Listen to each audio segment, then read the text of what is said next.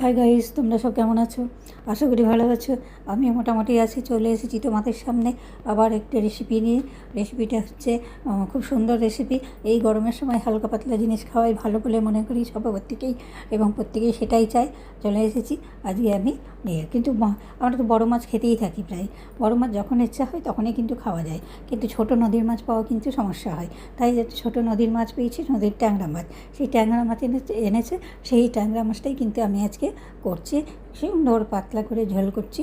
এই জ্যৈষ্ঠের যা গরম পড়েছে, মানুষের বেরোনো, ফ্যানের নিচেও থাকা যাচ্ছে না, মানুষের বাইরে বেরোনো তো দূরস্থ, এরকম পরিস্থিতি। এর মধ্যে ট্যাংরা মাছগুলো লবণ হলুদ মাখিয়ে নিয়েছি। চলে এসেছি তোমাদের কাছে। ট্যাংরা মাছগুলো কতগুলো সবজি দিয়ে পাতলা করে ঝোল করব। দেখছি এই মাছগুলো ভালো করে তেল গরম করে তার মধ্যে ভাজতে দিয়ে দিচ্ছি। ভাজতে দিয়ে কিন্তু কড়াইটা নাড়িয়ে নিলে বোঝা যাবে তলে ধরছে কি না। সুন্দর করে লাল করে ভেজে নেব। কয়েকটা ভাজা রেখে দেবো আর বাদ বাকিটা ঝোলে দেবো। এই দিয়ে আজকে কিন্তু দুপুরের লাঞ্চের কিন্তু এই আরও কিছু জিনিস আছে, সেই জিনিসগুলো আর সবগুলো দেখানো হচ্ছে না। মাছের ঝোলটাই তোমাদেরকে শেয়ার করছি। তো দ্বিতীয় লটের মাছগুলো ভেজে নিলাম। ভেজে আবার মাছ ভাজা কিন্তু সম্পূর্ণ কমপ্লিট। মেম্বার সংখ্যা কম তো সেই অল্প লাগে নিয়ে নিয়েছি।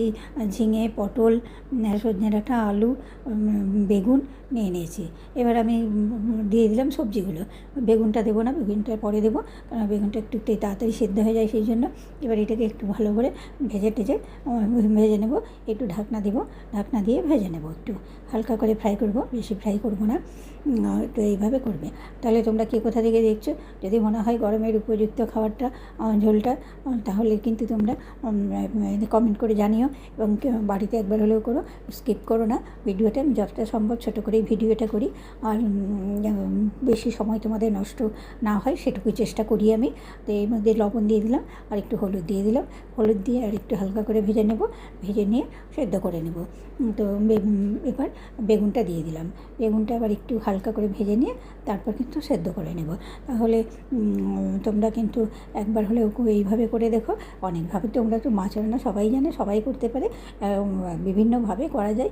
সেটাই তোমাদেরকে জল দিয়ে দিলাম। জল দিয়ে ঝোলটা ফুটতে দিয়ে দিব যেন সবজিগুলো সেদ্ধ হয়ে যায়। তো এখানে কিন্তু আমি এখনও কোনো মশলা ব্যবহার করিনি। তো এবার তোমরা এইভাবে করে দেখবে। একদম এটা কিন্তু একটু করে গ্রাম্য পদ্ধতিতে, ঠিক আমার শাশুড়ি মা এইভাবেই করতেন অনেকটা। এবার হচ্ছে সেদ্ধ হয়ে গেছে। আমি ঢেলে একটা থালের মধ্যে রেখে দিলাম। থালার মধ্যে রেখে দিয়ে এবার অল্প পরিমাণে তেল দিলাম, দুটো শুকনো লঙ্কা আর এক তেজপাতা, জিরে ফোড়ন দিয়ে দিয়েছি। জিরে ফোড়ন দিয়ে এবার আমি দিয়ে দেবো একটু পেঁয়াজ, গ্রেট করা ছিল সেই পেঁয়াজটা দিয়ে দেবো। পেঁয়াজ দিয়ে তারপরে কিন্তু মশলা দেবো। মশলার মধ্যে বেশি কিছু নাই। আমি কিন্তু জিরে টিরে ব্যবহার খুব একটা করি না, কারণ যে গোটা জিরে বা দানা শস্য একটু খেতে বারণ করছে ডাক্তাররা, সেই জন্য একটু দিয়েছি আমি আদা আর লঙ্কা বাটা। লঙ্কা বলতে আমার আচারের লঙ্কা নিয়ে শুকিয়ে রেখেছিলাম, সেই লঙ্কাগুলো ঝাল হয় না, কালার হয়। তার সঙ্গে দুটো তিনটা কাঁচা লঙ্কা দিয়ে দিয়েছি ঝালের জন্য। এবার ভালো করে কষিয়ে নেব। কষিয়ে নিয়ে এর মধ্যে সেই ঝোলটা ঢেলে দেবো। ঝোলটা কষানো প্রায় অনেকটাই হয়ে গেছে, দেখতেই পাচ্ছ। তারপরে এবারে আমি তাহলে যে ঝোলটা করে রেখেছি সেই ঝোলটা ঢেলে দেবো।